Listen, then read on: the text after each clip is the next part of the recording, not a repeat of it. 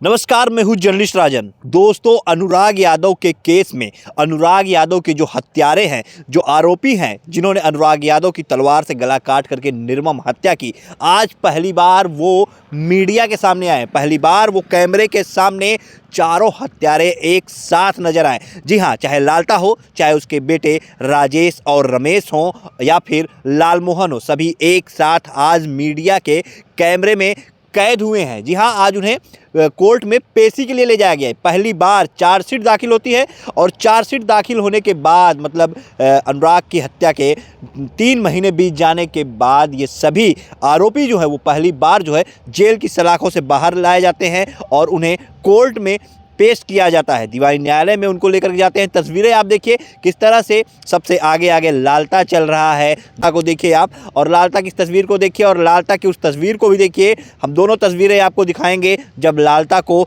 गिरफ्तार किया गया था उसके घर से घटना वाले दिन। उस समय लालता का चेहरा कैसा था और आज लालता का चेहरा कैसा है, इसे देख करके आप समझ सकते हैं कि लालता मानो जेल में रोटियां खा खा करके कितना तंदुरुस्त हो गया है। न सिर्फ लालता बल्कि पीछे उसके देखिए रमेश चल रहा है और रमेश से जब बार बार ये सवाल पूछने का प्रयास किया जा रहा है कि तुमने अनुराग की हत्या क्यों की, तो वो कुछ भी नहीं कर रहा और मीडिया के कैमरे से अपने चेहरे को बचाता हुआ नजर आ रहा है, अपने चेहरे को छिपा रहा है। आप देखिए किस तरह से रमेश मीडिया के कैमरे से खुद को बचना चाहता है, अपने चेहरे को छुपाना चाहता है। उसको ये डर है कि कहीं उसकी छवि खराब ना हो, लेकिन छवि तो उसकी उसी दिन खराब हो गई थी जिस दिन उसने अनुराग की तलवार से गला काट करके निर्मम हत्या की। उस दिन तो बाहुबली बन रहा था, लेकिन आज मीडिया के कैमरे से बच रहा है, कुछ बोलना नहीं चाहता है। बार बार वो जो है ये कहता नज़र आता है कि मेरे वकील से बात करिए, मेरे वकील जवाब देंगे। समझ जाइए किस तरह के ये हत्यारे हैं।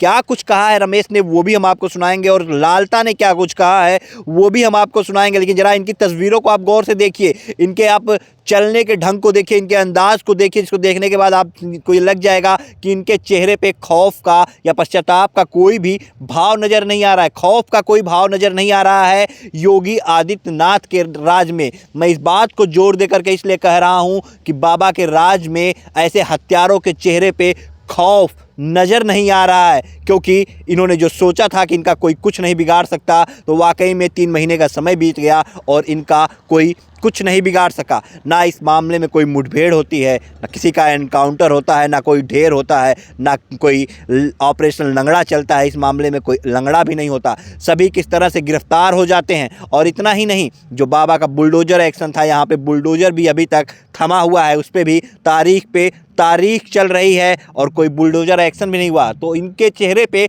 खौफ इसीलिए नज़र नहीं आ रहा है। और रमेश को आपने देखा, अब लालमोहन को देखिए और राजेश को भी देखिए। वही राजेश जो दरोगा राजेश जिसने पूरी साजिश रची, पूरी प्लानिंग की अनुराग के हत्या की। तो देखिए इन लोगों को, इन लोगों के चेहरे को देखिए और इनके चलने को, अंदाज को देखिए। आज पहली बार ये लोग जो है मीडिया के कैमरे में कैद हुए हैं, चारों हत्यारे एक साथ। इसके पहले इन लोगों की गिरफ्तारी की तस्वीरें आपने देखी थी, गिरफ्तारी की वीडियो देखी थी आपने, लेकिन आज जब इन्हें पेशी पे लाया गया है तो ये इनकी तस्वीरें देखिए। क्या कुछ कहा इन्होंने वो हम आपको सुनाते हैं। कुछ नहीं मालूम है? हाँ?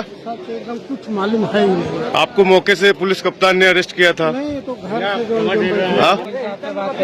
हाँ? वकील तो लालता हो या रमेश या फिर राजेश, किसी के पास बोलने के लिए कोई जवाब नहीं है। तो यही वो हत्यारे हैं जिन्होंने अनुराग यादव की तलवार से गला काट करके ठीक दीपावली के एक दिन पहले निर्मम हत्या कर दी। और आज ये सभी पेशी पे लाए गए थे दीवानी न्यायालय में, इनको जो है पेश किया गया था और पहली बार इस मामले में अब सुनवाई शुरू हो गई है। लोगों को एक उम्मीद है कि जल्द से जल्द इस मामले में फैसला आए और जो दोषी हैं उनको सख्त से सख्त सज़ा दी जाए, फांसी की सज़ा और आजीवन कारावास की सज़ा जो है ऐसे हत्यारों को दी जाए और उनका जो घर है उसको जो है जमींदोज किया जाए, उसे गिराया जाए। तो फिलहाल आज सुनवाई शुरू हो गई है और इस पूरे मामले में आज पिता भी यहाँ पर पहुँचे हुए थे और पिता का क्या कुछ कहना है वो भी हम आपको सुनाएंगे अपनी अगली खबर में। लेकिन एक बार चलते चलते आपको फिर इन हत्यारों के इस वीडियो को के साथ छोड़े जा रहे हैं और देखिए और इनके चलने के अंदाज को देखिए और देख के आप भी कमेंट में अपनी राय दीजिए कि क्या आपको लगता है कि इनको कोई पश्चाताप है, क्या इनको कोई खौफ इनके चेहरे पे आपको नज़र आता है। और अगर नज़र नहीं आता है तो सवाल ये उठता है कि इस बाबा के राज में ऐसे अपराधी बेखौफ कैसे हैं, जो सलाखों के पीछे तो हैं लेकिन इनके चेहरे पे खौफ नहीं नजर आ रहा है। तो बड़ा सवाल यही है कि आखिर बाबा के राज में ऐसे हत्यारों के चेहरों पे अभी तक खौफ क्यों नहीं आया और क्यों नहीं आया। ये जो गला तलवार से गला काट के